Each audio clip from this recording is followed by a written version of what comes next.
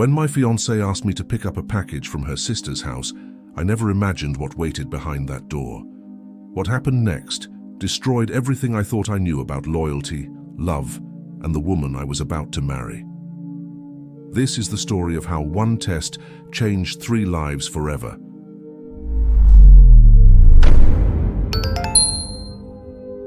My name is Marcus, and I'm here to share the most painful lesson I've ever learned about trust. Sometimes the people closest to us hide secrets so dark that when they finally surface, they shatter everything we believed was real. It started on what seemed like an ordinary Tuesday afternoon in late autumn. I was 26 years old, working as a project manager at a growing tech company and engaged to the woman of my dreams, or so I thought. Her name was Sarah, 24, brilliant, beautiful, and everything I'd ever wanted in a partner. We'd been together for nearly 3 years, and I'd proposed 6 months earlier with a ring that cost me 2 months' salary. She cried when she said yes, and I remember thinking I was the luckiest man alive. Sarah had a younger sister named Rebecca, 22, who was her complete opposite. While Sarah was responsible and career-focused, Rebecca lived for the moment, constantly going out, always surrounded by drama, jumping from one relationship to another. I'll be honest, Rebecca and her circle of friends made me uncomfortable. They represented a lifestyle I'd left behind after college, and I was grateful that Sarah had distanced herself from that scene after we got serious. That afternoon, I was wrapping up work when Sarah called. "Hey babe, could you do me a huge favor? I left an important document in Rebecca's car this morning, and she's home now. Could you swing by and grab it? She's expecting you." "Of course," I replied. "I'll head over now. See you at dinner?" "Definitely, I'm making your favorite. That pasta dish you love. Thanks for doing this, Marcus. I love you." "Love you too," I said, already gathering my things. Rebecca lived about 20 minutes from my office in a modest apartment complex. Her boyfriend Tyler was a decent guy, maybe a bit too passive for my taste, but genuinely kind. He'd been dating Rebecca for about 8 months, and I could see he was crazy about her, even if she sometimes treated him more like a convenience than a partner. I pulled into the parking lot around 4:30, walked up to the 3rd floor and knocked on the door. No answer. I knocked again, louder this time. Still nothing. I was about to call Sarah when I heard footsteps approaching from inside. The door opened and my world tilted on its axis. Rebecca stood there wrapped in nothing but a towel, her hair wet, drops of water still visible on her shoulders. Before I could process what was happening, she smiled.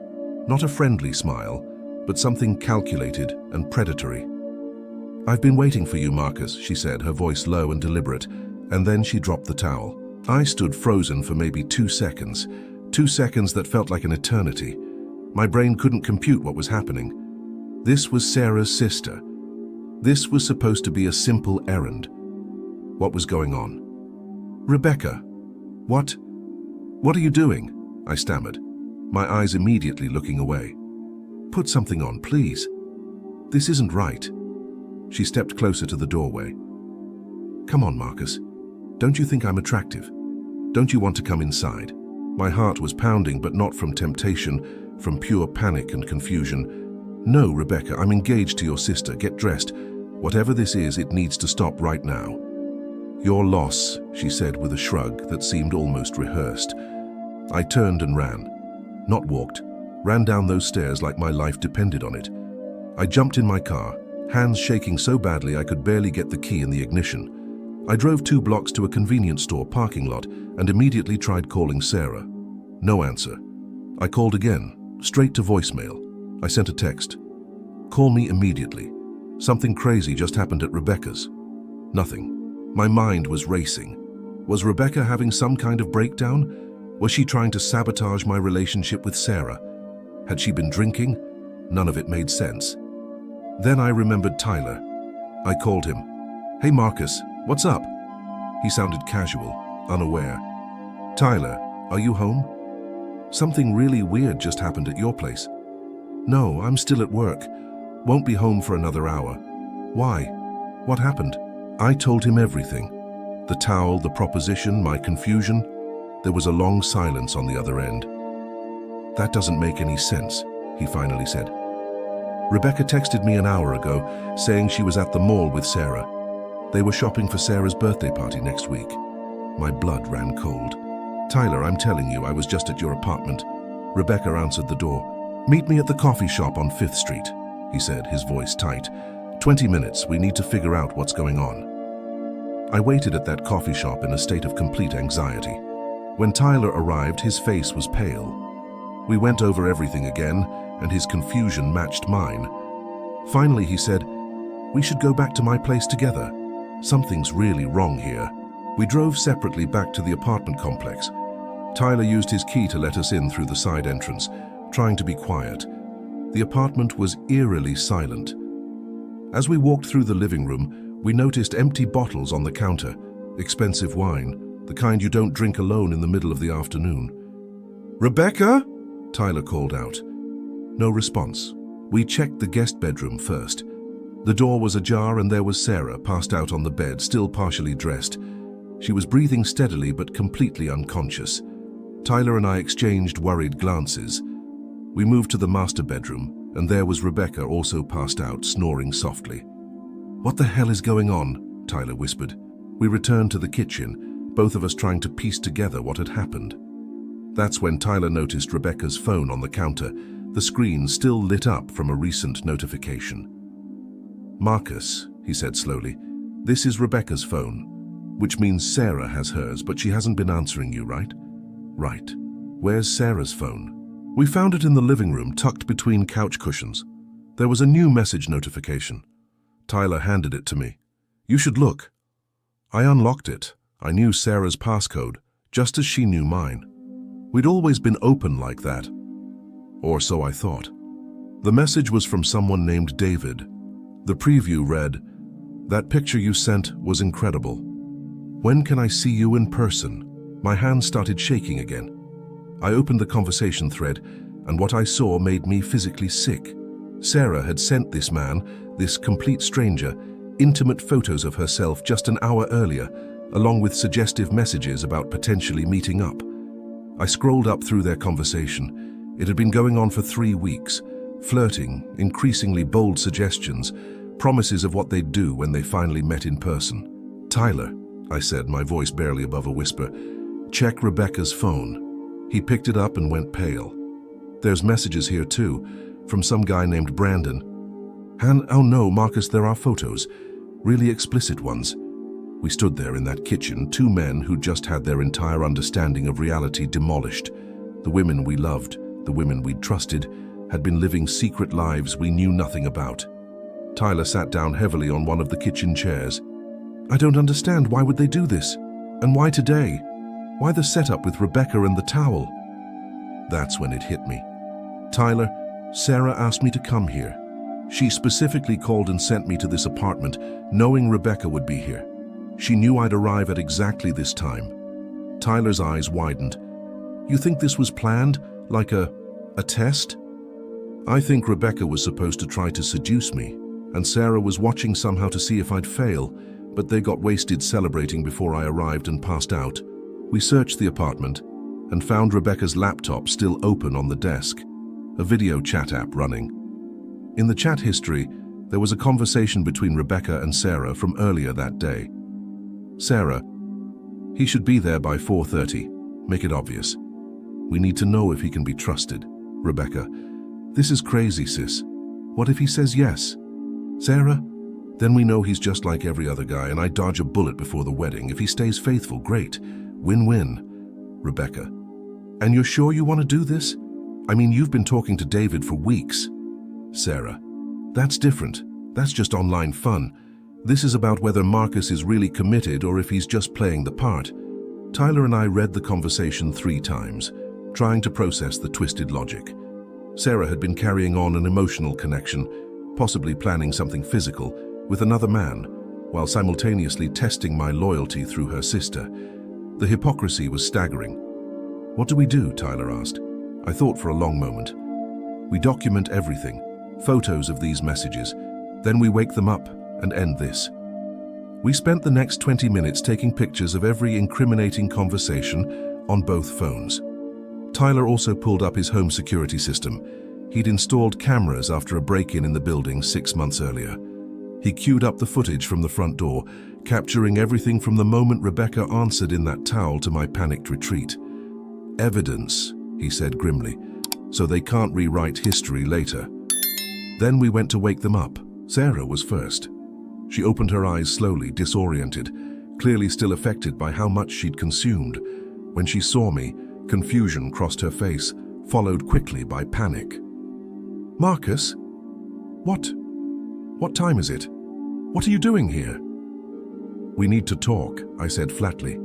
"Living room. Now." Tyler woke Rebecca, and we all gathered in that small living room. The sisters sat on the couch, both of them realizing this was serious, but not yet understanding how much we knew. "Before either of you says anything," I started, "Tyler and I know everything. We've read your messages, all of them.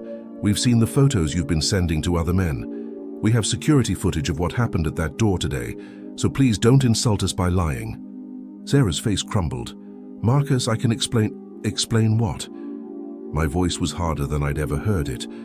"Explain why you've been having an intimate conversation with another man for weeks. Explain why you sent him photos. Explain why you orchestrated this insane test using your sister, while you were simultaneously doing exactly what you were testing me for." "It was just a precaution," she said weakly, tears starting to flow. "I needed to know if you'd stay faithful. So many marriages end because of exactly what you've been doing." I cut her off. "Sarah, I've never even looked at another woman since we got together. Not once. I've been completely devoted to you. And this whole time, you've been the one breaking our trust." Rebecca spoke up, her voice small. "It was just supposed to be a harmless test. We didn't think—" "You didn't think at all," Tyler interjected, his usual mild manner replaced with cold anger. "Rebecca, I found your messages too, with Brandon. The photos you sent him, the plans you made to meet up with him next week while I was supposed to be out of town for work." Her face went white. "You went through my phone? Your phone that was sitting on the counter in my apartment?" "Yes, just like you apparently have no problem using your body to test your sister's fiancé's faithfulness while you're actively planning to be unfaithful yourself." The room fell silent, except for Sarah's crying. "I love you," she sobbed, reaching for my hand. "Marcus, I love you so much. This was all just a stupid mistake, a moment of weakness. It didn't mean anything." I pulled my hand away. "Sarah, you've been talking to David for 3 weeks. That's not a moment, that's a pattern. You sent him intimate photos. You discussed meeting him, all while wearing my engagement ring." "But I never actually met him. I never physically did anything." "Because you were too busy getting wasted while your sister tried to seduce your fiancé. That's the only reason." Tyler had been quiet for a moment, looking at his phone. His face had gone from angry to shocked. "Marcus," he said slowly, "I just checked the security system's exterior cameras, the ones that face the parking lot. And? Sarah's car has been parked here since 1 o'clock this afternoon. But look at the timestamp on these messages she sent to David. The photos were sent at 2:45 from inside this apartment." We all turned to look at Sarah, who had gone very pale. Tyler continued, pulling up more footage. "And here at 2:30, that's David's car. I recognize it from his social media profile that's linked in the messages. He parked 3 spots down from Sarah's car." My heart stopped. "What are you saying? What are you—" "I'm saying he was here in this building, and based on the timeline—" Tyler scrolled through more footage. "Here, 2:33 p.m. That's him entering the building, and here at 3:47 p.m., that's him leaving." The math was devastating. Sarah hadn't just been messaging David. She'd invited him over, while setting up her test of my fidelity. "Sarah," I said, my voice hollow, "did David come here today?" The silence that followed told me everything I needed to know. "It's not what you think," she whispered. "Then what is it? Because from where I'm standing, it looks like you invited another man to your sister's apartment, spent time alone with him, sent him explicit photos while he was here, and then got drunk to celebrate before I arrived for your loyalty test. He just came to talk. We talked, and then Rebecca and I had some drinks to calm our nerves about the plan, and things got out of hand, and you sent him half-dressed photos while he was sitting in this apartment. Photos time-stamped after he arrived. Rebecca, who had been silent, suddenly burst out, "Okay, fine. Yes, David was here. Yes, they were together in the guest room. I was in the bedroom giving them privacy. We all had too much to drink and passed out. Are you happy now?" The room spun. Tyler looked like he might be sick. "So let me get this absolutely straight," I said, fighting to keep my voice steady. "You had another man here. You were intimate with him in some way. I don't even want to know the details. Then you both got intoxicated, and in the middle of all that, you still went ahead with your plan to test whether I would be unfaithful with your sister." Sarah was sobbing uncontrollably now. "I made a mistake. I'm so sorry. I love you. Please don't leave me. We can fix this. We can go to therapy. Please, Marcus." I looked at Tyler. He looked at me. We'd both come to the same conclusion. "Sarah," I said quietly, "I want my ring back." "No. Please, no. The ring. Now." With shaking hands, she removed it from her finger and placed it in my palm. The same ring I'd saved for months to buy. The same ring I'd placed on her finger while promising to love and honor her forever. "Tyler and I are leaving," I said. "We've documented everything. We have the security footage, the messages, the photos. We're going to leave now, and tomorrow, both of you are going to receive legal notifications about the end of these relationships. Sarah, you have 30 days to collect your belongings from my apartment. After that, anything left will be donated." "You can't do this," she pleaded. 7 years together, we can work through this." "No," I said simply. "We can't. Because working through something requires trust, and you've destroyed every bit of trust that ever existed between us. You tested me while failing your own test. You accused me of potential unfaithfulness while being actually unfaithful. There's no coming back from that level of deception." Tyler spoke to Rebecca. "We're done too. I loved you, but I won't be with someone who has so little respect for me or for herself. Pack your things and be out of this apartment by the end of the month." Both women continued to cry and plead, but we'd heard enough. We walked out of that apartment and didn't look back. The next few weeks were brutal. Sarah tried everything. Hundreds of messages showing up at my office, having her parents call me to intercede. But I'd learned something crucial that day.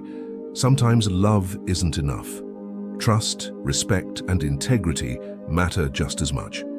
And without those foundations, love is just an empty word. Tyler went through something similar with Rebecca. She oscillated between apologizing and getting angry, accusing us of overreacting, claiming we'd violated their privacy by looking at their phones. The mental gymnastics required to make themselves the victims in this situation was almost impressive. 6 months have passed now. I'm in therapy, working through the trauma of betrayal. Tyler and I became close friends through this experience, brothers in survival, as he jokes sometimes. We support each other through the hard days and celebrate the good ones. Sarah still messages occasionally. Last week she sent a long email explaining how she'd been in therapy too, how she realizes now what she did was wrong, how she wishes she could undo it all. She wanted to know if there was any chance, any possibility of reconciliation. I wrote back with one sentence, "I hope you find happiness and peace, but it won't be with me. The truth is I'm grateful, genuinely grateful for what happened. Yes, it was painful. Yes, it shattered my plans for the future. But imagine if I hadn't found out until after the wedding. After we had kids. After I'd invested another decade into a relationship built on deception. Sometimes the worst days of our lives are actually gifts in disguise. They show us who people really are, not who we hoped they'd be." I've started dating again recently. Nothing serious yet, but I'm taking my time, being more careful, paying attention to actions rather than just words. I've learned that trust isn't something you test. It's something you build day by day through consistent honesty and respect. As for Rebecca and Sarah, I heard through mutual friends that they had a falling out. Apparently, when the dust settled, they started blaming each other for what happened. Rebecca claimed Sarah had pressured her into the loyalty test. Sarah claimed Rebecca had been a bad influence all along. The truth is probably somewhere in the middle. They were both responsible, both flawed, both willing to hurt the people who loved them in service of their own insecurities. The last I heard, Sarah was single, and Rebecca had moved to another state. I don't know if either of them learned anything from what happened. I hope they did. I hope they became better people. But that's not my concern anymore. I want to leave you with this. If someone tests your loyalty, they've already failed their own. Real relationships don't require loyalty tests, surprise trials, or elaborate schemes to prove faithfulness. Real relationships are built on open communication, mutual respect, and the courage to be vulnerable without resorting to manipulation. If your partner trusts you, they won't need to test you. And if they don't trust you, no test will ever be enough to satisfy their doubts. Sarah's test revealed the truth, just not the truth she expected to find. She was looking for my weakness and instead exposed her own. And in the end, that was the gift I didn't know I needed. To anyone going through something similar, you deserve better. You deserve someone who chooses you without reservation, who honors you without conditions, and who builds with you instead of testing you. Don't settle for less. Don't accept betrayal disguised as precaution. And most importantly, remember that walking away from someone who breaks your trust isn't giving up on love. It's choosing to love yourself enough to demand the respect you deserve. That's my story. It's not the ending I planned, but it's the ending I needed. And sometimes that makes all the difference. Keep watching our stories by clicking on one of the videos that appear on the screen. And don't forget to subscribe to the channel and turn on notifications to be alerted about new videos. See you next time.